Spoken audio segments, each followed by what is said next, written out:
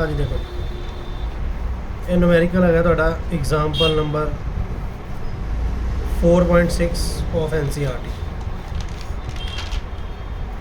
ठीक है।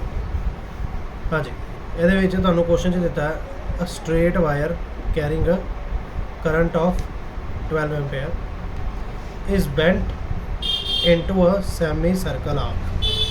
एक वायर ਜਿਹਦੇ ਚੋਂ 12 एम्पेयर ਦਾ ਕਰੰਟ ਪਾਸ ਕਰ ਰਿਹਾ ਉਹ ਇੱਕ ਸੈਮੀ ਸਰਕੂਲਰ ਆਰਕ ਦੀ ਫਾਰਮ 'ਚ ਤੇ ਜਿਹੜਾ ਦਾ ਰੇਡੀਅਸ ਇਹਦਾ ਹੈਗਾ 2 सेंटीमीटर ठीक है। Consider the magnetic field at the centre of the arc.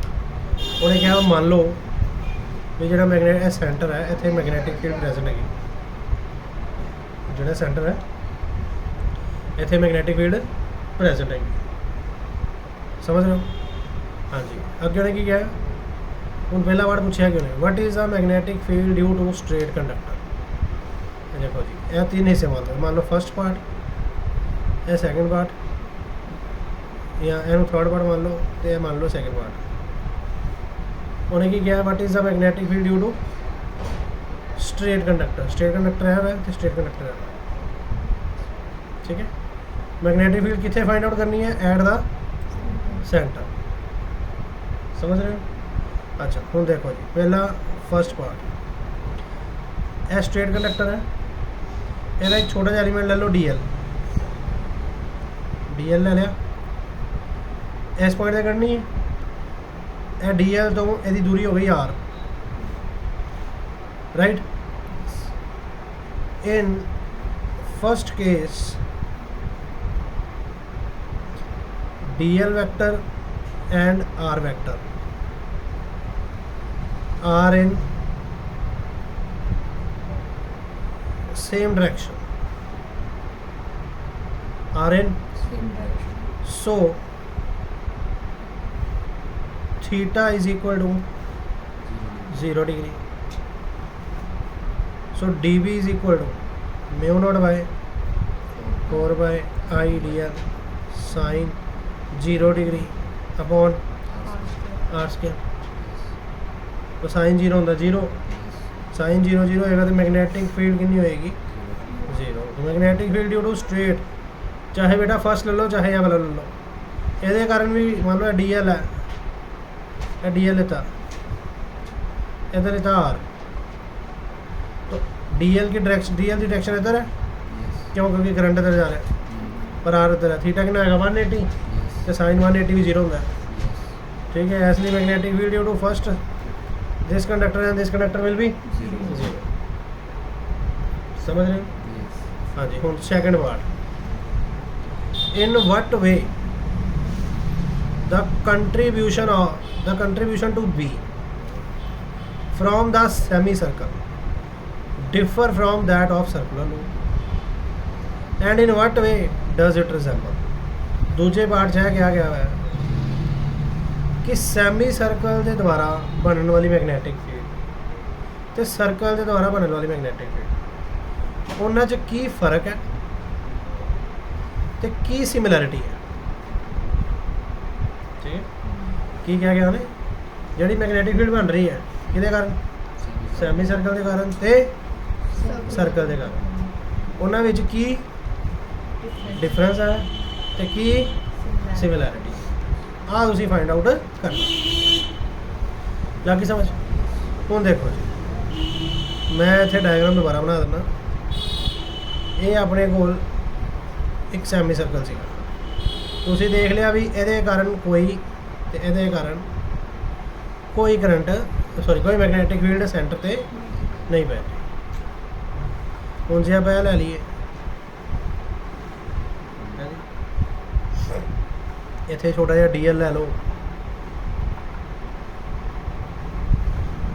ठीक है जो DL ले लिया देखो बेटा DL ले लिया इधर जा रहा है DL वहाँ मसा रखो करंट घूम के अंदर आ रहा है मतलब इधरों जो इधरों की बाहर आ रहा है तो इतों की अंदर जा रहा है ठीक है। यहाँ ऐसा देख सकते हो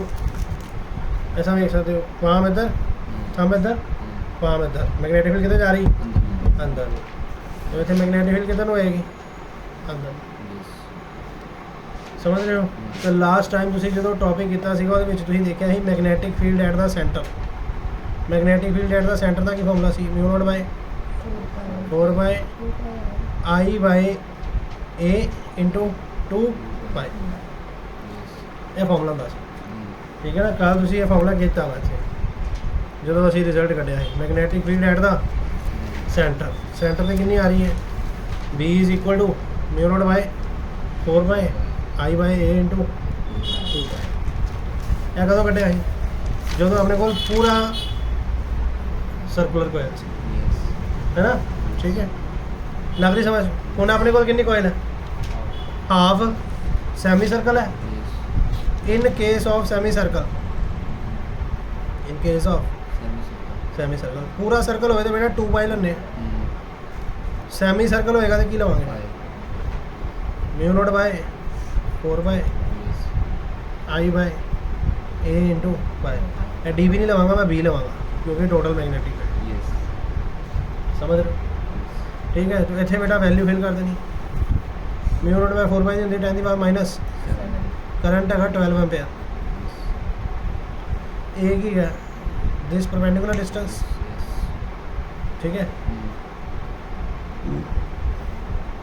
दिया कितना है बेटा? इधर पाई ना पाई कैंसिल कर दो।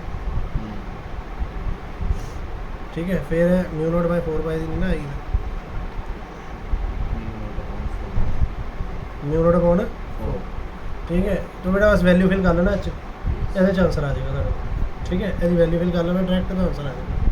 उन्होंने पूछा की सी कि सैमी सर्कल के द्वारा बनने वाली मैगनैटिक फील्ड तो सर्कल के द्वारा बनने वाली मैगनैटिक फील्ड की फर्क होएगा? देखो सैमी सर्कल एंगल कितना है? बाई। तो पूरे सर्कल से कितना आएगा? 2 पाई। तो मतलब magnetic field due to current passing through circle, current passing through circle will be double than semi circle। और semi circle नालों डबल होएगी। समझ रहे हो? What about direction? If current in both circle and semi circle is in same direction,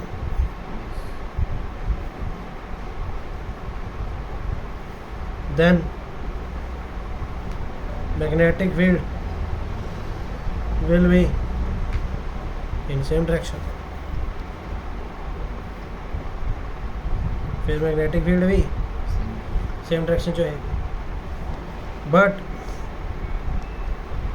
if current in both are in different directions,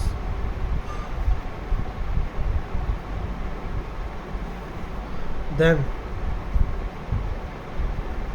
magnetic field will be in opposite directions। ठीक है, ये current की direction दोनों से different होएगी,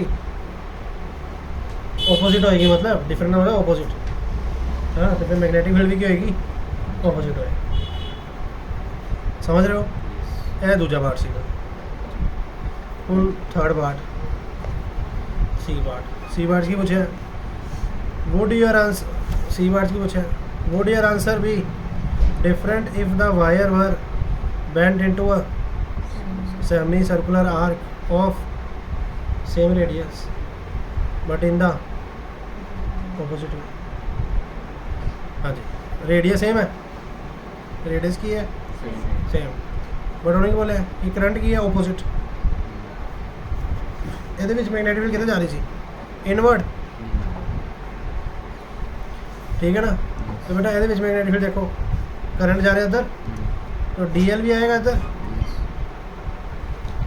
तो काम रखो मैग्नेटिक फील्ड किधर आएगी? रेडियस सेम है, करंट भी सेम है, मतलब value of magnetic field will be same but direction will be opposite. ठीक है. So in second case, the magnitude of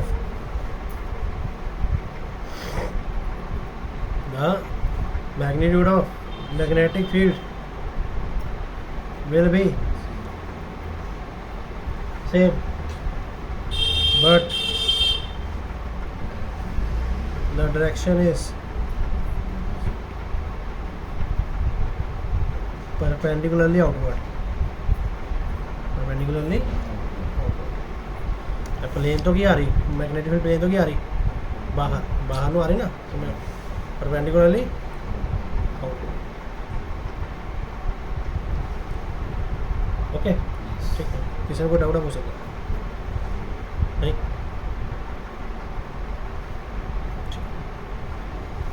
करिए नेक्स्ट क्वेश्चन. आओ जी, तुझे भी आओ. भाई